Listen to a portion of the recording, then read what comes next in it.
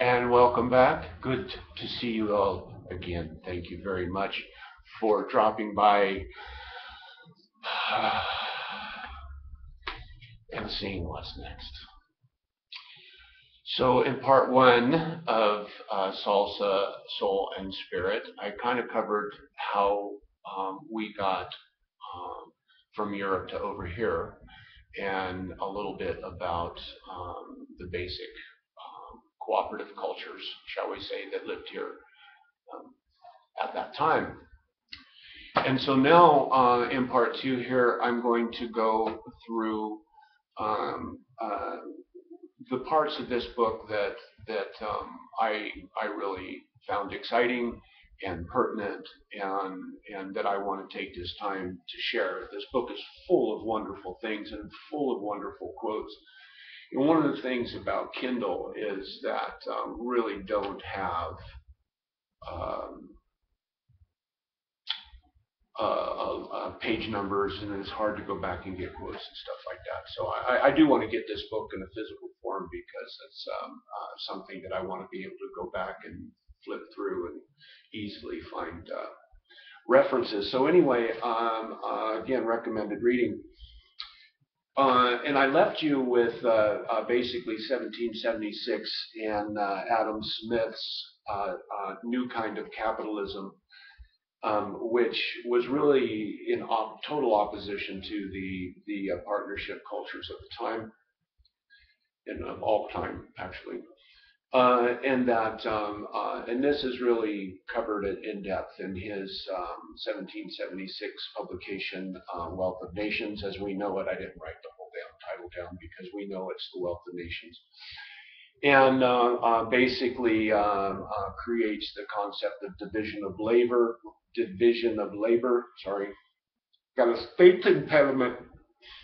Um, it's every individual's duty to work to um, um, create the wealth of the nation. It's their job, and not only is it their job, they really don't even need to know how much they're putting into creating the wealth of the nation. They just need to work hard, give it up, and basically just don't question, just do your job and support your nation. And that fit very well, and has really kind of been our marching papers ever since. So in the we cultures, the more partnership, collective cultures, these are the shared partnership, shared leadership, more or less a level playing field. Leaders being called into action by their communities, not because they're choosing to be leaders. And so these principles, I'll try to go through them quickly because they're really great. There's 9 basic principles. And the first, Sankofa, Sankofa, is an African term that means learn from the past. In not just a historical context either, but in not only who are you, what's your family line, what's your genetics, your heritage, your culture, what are your talents, skills, ability, what do you think, what are your values, things like that, all of that, as well as the values of your overall family and of the culture you live in. Where does your culture come from? What's the overall history? What's the good and the bad? Let's be real about this because we're learning from the past. And we've spent some time in mostly ways of relating on not going too far into the past, not getting hung up on the past, being present, what's going on now. And that's also very important. So it's not about getting hung up on the past or using the past as a crutch to not do something in the future. It's looking at the past and knowing the past so you can use it to evaluate where you want to go and how you might get there. So the past becomes a tool and a resource. The next is going from an I to a we. Now we've gone through the Protestant Reformation and Calvinism, and now the American brand of capitalism that Adam Smith introduced. Um, that's what's breaking down. That's what we're at the end of. If any world is ending, that's the world that's ending. And because I think the damage that's been done by that, both in human environment and emotional, energetic terms, I think it's forcing us into being a we culture. I think that's the end result of capitalism is a kind of communalism, I think, because it does so much damage that we have to start depending on each other. We have to start sharing our food. We have to be careful with our water because the rest of it's all messed up. Okay, so that's where, how do we get to that we? How do we really get to that we society? But that's where we want to go. That's our desired outcome. Mi casa, su casa. My house is your house. Let's have an open door policy with each other. This is not easy to do in a culture that up until the internet has really prided itself on its privacy.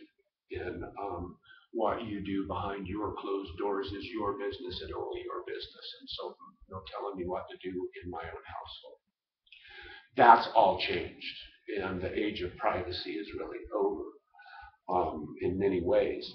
And so, how do we now use that as an advantage? Okay, privacy. Okay, so I'll open the door. Here we go. Learn to know your neighbor. A leader among equals. We all have something to offer. We all have a skill. We all have a talent. We all have something to offer. It's just what is the context? If we're trying to build um, uh, I'm trying to pick something that I wouldn't be an expert in.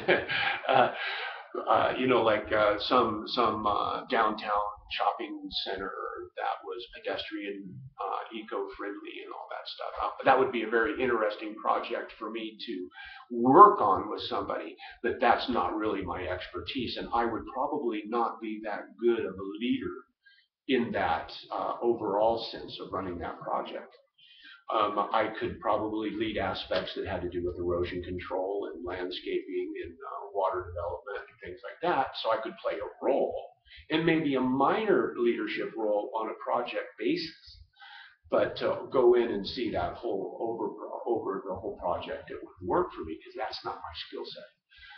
Now, if we wanted to go out and build a bunch of fish condos, then I would be very comfortable saying, okay, now I'll take the leadership role on that. And other people would then fill in where their skills and talents. So this is more the level playing field. We all have something to offer.